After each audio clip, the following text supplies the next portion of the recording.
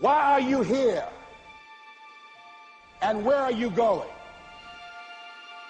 You look at your life, you look at what you produce. Is it giving you what you want? Are you living on purpose? Are you living your dream? Are you acting on your ideas? Are you doing all you can do? Have you gotten comfortable? Hello, welcome to my channel. My name is Juliana. Today I'm having a special show with Arsène Israël where we're gonna discuss, on va partager, parler sur un sujet très important qui nous concerne tous en tant que human being. La question est que on s'est posé about comment le cimetière is the wealthiest place on earth. On entend parler de ça, des hommes de Dieu l'ont parlé, comme Myles Munroe, et people parlent comment le cimetière est un endroit où il y a des gens avec des potentiels, des gens qui meurent et quittent la terre sans pour autant avoir fait ce qu'ils devaient faire. Le cimetière est l'endroit le plus riche au monde parce que dedans il y a des plans qui n'ont jamais vu le jour. Il y a des idées, des livres, des compagnies, des chansons qui n'ont pas vu le jour et qui pouvaient bénéficier à mettre le monde aujourd'hui a better place. Exact. Donc, basé à ce que tu peux partager avec nous, comment peux-tu nous dire qu'est-ce qui va aider le monde à maximiser leur potentiel pour qu'ils puissent faire leur purpose on earth et mourir empty. Donc, le goal, c'est mourir avec rien. Comme ça, le cimetière sera de moins en moins riche. Exactement. Et donc, c'est vraiment une très bonne question. Voilà, je pense que même dans le monde, tout le monde se pose cette question-là. C'est-à-dire chaque personne, chaque être humain se pose la question de savoir, mais c'est quoi mon but dans la vie? Pourquoi je vis? Et pourquoi je suis ici? Et répondre à cette question va nous empêcher aussi plusieurs personnes de tomber, par exemple, sur le suicide aussi. Parce qu'il y a des personnes aussi qui ont beaucoup d'argent, mais qui malheureusement se suicident. Pourquoi? Parce qu'ils n'arrivent pas à répondre à cette question. Pourquoi je vis? Et généralement, ils se rendent compte que leur vie n'a pas de sens. Et c'est comme ça qu'ils veulent se donner de la mort. Se donner la mort. C'est tout simplement parce que leur vie n'a pas de sens. Alors, premièrement, il est important de savoir que, voilà, nous avons été créés par un Dieu. La chose la plus importante, c'est d'abord se reconnecter à sa source. Donc, maximiser, quand on parle de maximiser ses potentiels, il faut d'abord se reconnecter à son créateur, qui est sa source. Et c'est ça, la question part de là. Pourquoi je vis? Tant que tu n'arrives pas à répondre à cette question-là, pourquoi tu vis? C'est-à-dire, c'est comme si ta vie n'a pas encore de sens en fait. C'est une question importante que chacun de nous doit se poser. Chacun de nous doit se poser cette question-là. Pourquoi je vis? Pourquoi je me réveille le matin? Pourquoi je vais au travail? Pourquoi je fais ce que je fais? Voilà, il faut qu'il y ait un but. Donc voilà, on va vraiment parler de comment maximiser son potentiel. Et puis ça part par découvrir d'abord sa source. Voilà, découvrir ses potentiels, les talents, les dons que Dieu a placés en toi. Mais pour cela, il faudrait se reconnecter d'abord avec Dieu. C'est comme la Bible dit dans Genèse chapitre 1, verset 6, que Dieu a créé, il a dit, créons l'homme à notre image et à notre ressemblance, pour qu'il domine. Tu vois, déjà, il y a comme un but, il y a une mission qui est donnée à l'homme. Et tout justement, quand on parle de maximiser son potentiel, on parle aussi d'accomplir sa mission. Parce que chaque homme, chaque être humain a comme une mission à accomplir sur la terre. Et donc, c'est dans cette mission-là qu'on trouve les talents que Dieu a placés en nous et que nous devons utiliser et maximiser cela. Donc, il faut être connecté à la source pour maximiser ton potentiel and your purpose. Et donc, comment tu vas dire à quelqu'un qui est là mais qui n'a pas vraiment de conscience sur ses potentiels? Comment tu connais que ça, c'est mon potentiel? Ça, c'est pas mon potentiel. Exactement. C'est pour ça que j'ai dit qu'il est important de se reconnecter à Dieu. La Bible dit, par exemple, la Bible dira dans, je pense que c'est dans Romains chapitre 12 au verset 6, que Dieu nous a accordé par sa grâce des dons. Et généralement, les dons, là je vais faire une différence aussi, parce qu'il y a deux concepts, il y a des dons et il y a aussi les talents de l'autre côté. Donc les dons sont plus orientés vers le côté spirituel, sont orientés vers, par exemple, on parle du corps du Christ, mais les talents sont plus orientés vers la société. Le talent peut s'orienter vers une profession. Donc le talent, c'est comme potentiel? Exactement, c'est-à-dire les talents sont aussi des potentiels, parce que s'il faut définir un potentiel, c'est justement une énergie peut-être cachée, un temps, ça peut être un talent caché, ça peut être beaucoup de choses, une force aussi, des habilités, de capacités, voilà, que Dieu a placées en chacun d'entre nous, mais que nous devons maximiser, que nous devons découvrir, mais après maximiser cela. So we have to put it on the market. Exact. You know? Parce qu'on n'est pas seulement là, comme tu as dit, on se réveille le matin, on part au travail, mais c'est pourquoi? C'est quoi le but de qu'on est là sur terre? Il y a des gens qui travaillaient avant nous et qui travailleront peut-être après nous, mais qu'est-ce qui fera la différence de nous ici sur terre quand on y est avant de mourir? Donc, c'est vraiment important ce que tu as d'être connecté à la source et connaître ses dons et ses talents. Et une fois que tu le connais, quel conseil tu donnes pour quelqu'un pour maximiser ça? Voilà, donc la première des choses, c'est vraiment la prise de conscience. Yeah. Parce qu'il y a des personnes qui, c'est comme il y a la parabole des talents dans Matthieu, je pense Matthieu 25, on parle de la parabole de talents. On dit voilà, il y en a un qui a reçu 2, un autre qui a reçu 1 et un autre qui a reçu 5. Yeah. Et celui qui a reçu 5, qu'est-ce qu'il a fait? On a dit sans tarder, il allait le faire valoir. Tu vois? Et on a dit sans tarder. Ça veut dire il y a la notion du temps aussi. Yes. Oh, that's Tu vois un peu? good. Yeah. C'est-à-dire quand on parle de maximiser ses potentiels, on parle aussi de la notion du temps. Yeah. C'est important, il faudrait savoir qu'on n'a pas assez de temps sur la Terre et qu'étant humain, on a peut-être 77 ans. Yeah. 80. 120 ans, hopefully. Ouais. Ah non, il y en a d'autres qui n'arrivent même pas. I know. Donc voilà. Yeah, so, 70, 80, c'est peut-être le maximum.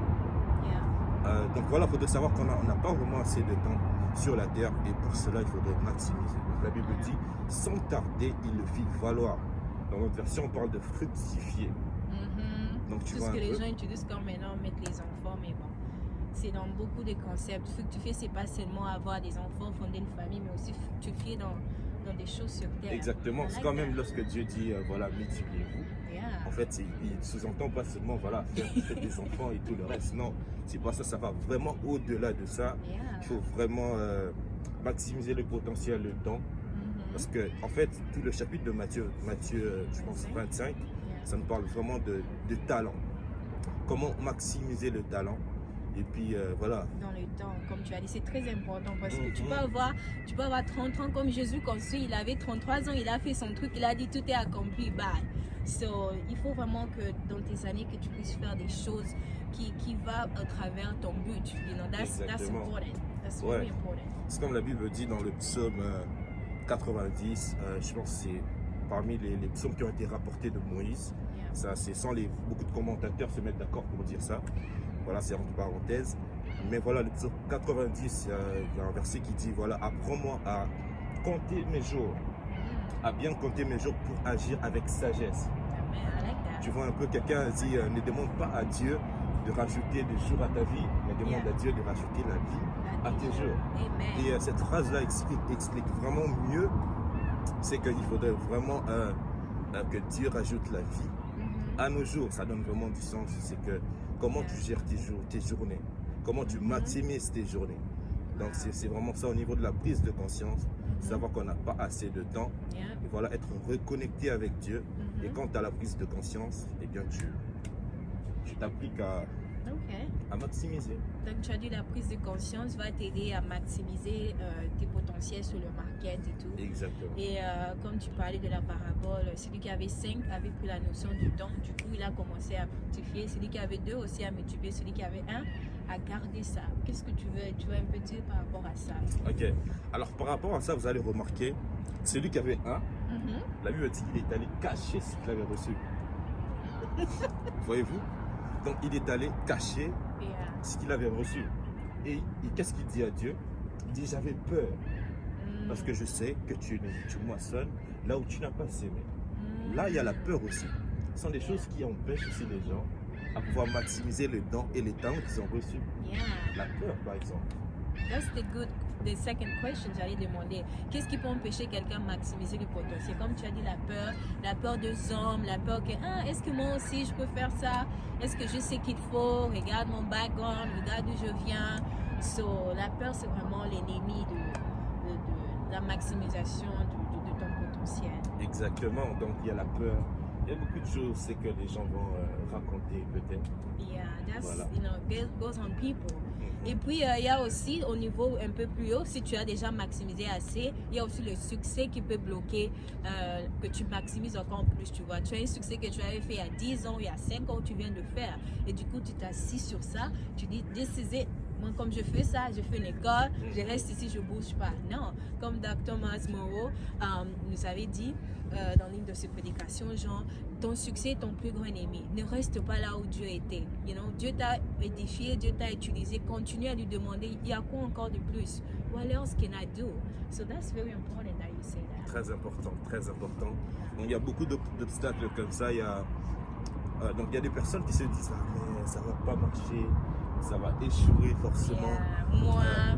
Voilà, peut-être que je n'ai pas le même potentiel que les autres. Voilà, donc il y a des personnes comme ça dans la Bible, lorsque Dieu a voulu les envoyer quelque part, ils se sont dit, ah non, qui suis-je? Comme Moïse, il a dit à Dieu, qui suis-je?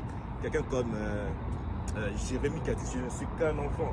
Yeah. Tu vois un peu, donc ce sont des raisons qu'on donne comme ça, mais qui peuvent vraiment nous bloquer à maximiser nos potentiels. Yeah, that's good. Puis j'ajoute là-dessus, et ces gens n'ont pas, se sont dit qui suis-je, ils ont donné à Dieu de points en leur regardant physiquement. Moïse a dit à stutter, donc je bégaye, tu vois. J'arrive pas à bien articuler les choses. Dieu a dit à être fâché contre nous, disons que je t'envoie à rendre ton frère parce que là tu commences à me dire que tu peux pas le faire. Je sais que j'ai mis des choses en toi. So, ça peut être un truc physique, ça peut être un truc qui est chaque jour avec toi qui te rappelle que you're not enough. Alors aujourd'hui, on connaît Moïse a fait de grandes choses malgré qu'il bégayait. Exactement. Et aussi avec Jérémie qui avait un problème avec son dos. Donc physiquement, il n'était pas bien, mais il a guéri des gens. So, what you have outside n'est pas une raison pour que tu maximises pas tes potentiels. Ce que tu as en toi, Dieu l'a placé avant ta naissance. Donc ça, c'est une enveloppe de real us. C'est ça qui va faire qu'on puisse maximiser nos potentiels. So I just wanted to add that. Ouais, c'est important. Donc, il faudrait vraiment demander à Dieu de ôter cette peur, de ôter tout ce qui peut être comme obstacle, afin que tu puisses maximiser tes potentiels. Quand on parle de maximiser, on parle vraiment d'aller jusqu'au fond, jusqu'aux limites de tes capacités, de tes habilités surtout. Donc, c'est dans ce sens-là. Ok. Et si tu dois dire quelque chose en 1 minute pour que les gens puissent comprendre comment maximiser leur potentiel et do the purpose on earth, qu'est-ce que tu vas dire? Et voilà, donc je veux aussi en profiter pour répondre à une question. C'est-à-dire, des gens qui se posent aussi la question de savoir, mais voilà, il y a des personnes qui ne sont pas connectées à Dieu, mais ils ont une réussite apparente. Yeah. Comment ils font? Tu vois, il y a des personnes qui ne connaissent pas Dieu, mais qui réussissent aussi dans la vie. Ils sont des millionnaires, des milliardaires. Mais est-ce que c'est important de se reconnecter à Dieu pour maximiser ses potentiels? Oui, c'est important. Pourquoi? Parce que, en fait, une réussite apparente ne veut pas dire que quelqu'un a maximisé ses potentiels. Yeah, that's good. Ça, c'est important. C'est comme je pense que Cristiano Ronaldo n'a pas que le football à offrir. Il a plus que ça. Yeah. Imagine que Messi, par exemple, était un chrétien, je veux dire. Imagine le nombre de personnes qui seraient sauvées par lui. Yeah, s'il est évangélisé. Imagine Messi faire un live sur Facebook où il parle de Jésus. Il va influencer tellement beaucoup de personnes. En tout cas, j'ai dit quelqu'un comme Cristiano, comme Messi, sont des personnes, c'est vrai, ils ont réussi dans leur talent de footballeur. Mais je pense qu'ils ont plus à offrir que ça. Il y a encore des choses, on parle de potentiel, on parle aussi de talents qui sont cachés, mais qui ne sont pas encore dévoilés jusque-là. Donc ce sont des habilités, des capacités qui sont encore enfouies en nous, mais qui ne sont pas encore manifestées. Wow, that's very good. Oh, I like that. Ok, donc c'est pas forcément que tu puisses avoir beaucoup de choses, mais est-ce que tu as utilisé tous tes talents? Exact. What are you doing all that? Donc tu vas dire aux gens de ne pas se focaliser sur ce qui est fait par les gens du monde, mais se connecter à la source à tout moment. Parce qu'il peut avoir plus que c'est pas plus que le football, plus que Microsoft ou Bill Gates, plus que Business Warren Buffett. Mais il ne faut pas seulement se contenter in one thing, because God gave each one of us. Tu peux être celui qui a un talent, mais tu dois le multiplier d'une façon pour que 1000 sortent de ce un, you know? So that's very good. Yeah. Donc, nous allons passer à la deuxième question. Okay. Avant que je te pose cette question, are you Christian? Oh, Christian, yeah. I'm a Of person. course, okay. I'm a Christian. That's really good. Toi et moi, nous sommes des jeunes chrétiens qui vivent maintenant au 21e siècle. Ouais. Donc, qu'est-ce que tu peux dire par rapport à ton expérience how is it to be a Christian in 21st century? Tu peux nous parler un peu brièvement de comment tu fais ça? Like, how do you do it? Okay, it's a good question. Yeah. Like being a Christian in 21st century, it's quite a bit a challenge. Yeah. I might say so. It's a challenge because of technology, the access to internet that we have today, Yes. that we didn't have back in the days. Yes. I think it's also a grace at the same time. Mm-hmm. Like we cannot just look at the dark side, Mm-hmm. and also we should look at the light. Yeah. It's also a grace for us to be Christian in this era. Like we can gain time. Mm-hmm. Like today we have access to books. Yes. You see that we have access to the Word of God through internet. Yeah, more than Like before. right now you can be seated at home, and the Word of God is coming to you. Yeah, oh, that's And good. a lot of stuff comes to you. It's a Yeah. grace. Donc être chrétien vraiment au 21e siècle, c'est vraiment une grâce. Donc voilà, c'est en même temps une grâce, mais en même temps challenge. Challenge parce que cause de l'amour de la culture par-ci par-là. Voilà, il y a tellement beaucoup de choses qui nous influencent en tant que jeunes. Yeah. Il y a des choses, c'est comme j'aime un des conseils que Paul donne à son fils Timothée. Donc 2 Timothée 2, Yeah. il dit fuis les passions de la jeunesse. Mm. Hein? Il dit fuis les passions qui peuvent assaillir un jeune homme. C'est-à-dire qu'il y a des passions qui peuvent tourner seulement autour d'un jeune, mais qui ne peuvent pas tourner autour d'un vieillard, par exemple. Donc il dit fuis ces passions-là de la jeunesse. Donc c'est important, je pense, sur ce 21e siècle, il est important qu'on puisse vraiment fuir toutes ces choses-là, ces genres de passions qui peuvent vraiment nous assaillir, qui font le combat à l'âme. Yeah. You gotta fight it. You gotta Mhm. fight it. Ça, c'est bien. Je vais ajouter un truc sur Ecclésiaste qui dit jeune, réjouis-toi de ta jeunesse. Et au jour Exactement. de la fin, n'oublie pas qu'il y aura le jugement. Donc Ouais. c'est pas que quand tu es chrétien au 21st century que tu dois pas te réjouir, tu dois être là sérieux, like not Mhm. moving. Non, tu peux te réjouir, mais n'oublie pas qu'il y aura les jugements. Like, c'est comme dans le tout est permis, mais tout n'est pas utile. Et tout ça, c'est dans le cœur. Ton cœur que tu as dans les choses que tu fais. Exact. That's very important. Yeah. So, comment tu veux, quel conseil vas-tu donner aux chrétiens d'aujourd'hui de continuer à rester dans la foi? Quels tips tu as pour aider que le fire stays there? Parce que c'est comme tu as dit, c'est pas facile, very challenging au 21 century. Il y a tellement accès à tout maintenant que du coup tu as like wow, où je peux aller? Voilà, premièrement, c'est qu'il faudrait vraiment s'entourer de bonnes personnes. Yeah, Sur la Bible dit que la mauvaise compagnie corrompt de bonnes mœurs. yeah, Donc il est important aussi de s'entourer de personnes qui peuvent te dire, lorsque ta garde baisse un tout petit peu, ils peuvent te dire voilà, ta garde baisse un tout petit peu, c'est de la lever. C'est important d'avoir des personnes comme ça qui peuvent te remettre sur le droit chemin, qui veillent sur toi et que toi aussi tu veilles sur eux. yeah. Parce que nous devons veiller les uns sur les autres. Ça c'est quelque chose d'important. Donc ne sois pas un électron libre et toujours des personnes aussi autour de toi. Des personnes qui te ressemblent, des personnes que tu connais, qui prient, qui évangélisent, qui aiment Dieu, qui sont passionnés pour les Seigneurs. Entoure-toi de vraiment ces personnes-là. Et puis, donc voilà. De bonnes personnes. Donc tu vois, dans ces cas-là, donc il faut toujours s'entourer de ces personnes chrétiennes comme toi, ou tu peux aussi t'entourer de non-chrétiens, des gens qui n'ont pas la même vision. Alors voilà, je ne dis pas qu'il faudrait absolument éviter le non-chrétien. Non, c'est faux. Moi aussi, voilà, au boulot, on rencontre des personnes qui sont non-chrétiens. Justement, le but aussi, c'est d'aller vers eux Yes. pour les amener au Seigneur. Mhm. Mais voilà, il faudrait vraiment faire aussi attention parce que là, on parle de la foi. C'est-à-dire, il y a des choses qui peuvent nuire à ta foi Mhm. et des choses qui peuvent faire aussi que ta foi puisse aller de l'avant. Yes. Voilà, mais surtout, le plus important, c'est vraiment les attacher au Seigneur, de vaquer à la prière, Yes. à la méditation de la parole. Yes. Et puis voilà, ne pas aussi abandonner les assemblées, c'est important. Ok, so l'assemblée de bonnes personnes, ça va t'aider à continuer à vaincre ce combat d'être Christian au 21st century. Exactement. Ok, d'accord. Et aussi, rappelle-toi qu'il y a des gens qui ont vécu pire. Aujourd'hui, on peut être chrétien et le dire. Avant, c'était, tu dis tu es chrétien, on te coupe la tête. Tu dis tu es chrétien, on te tue.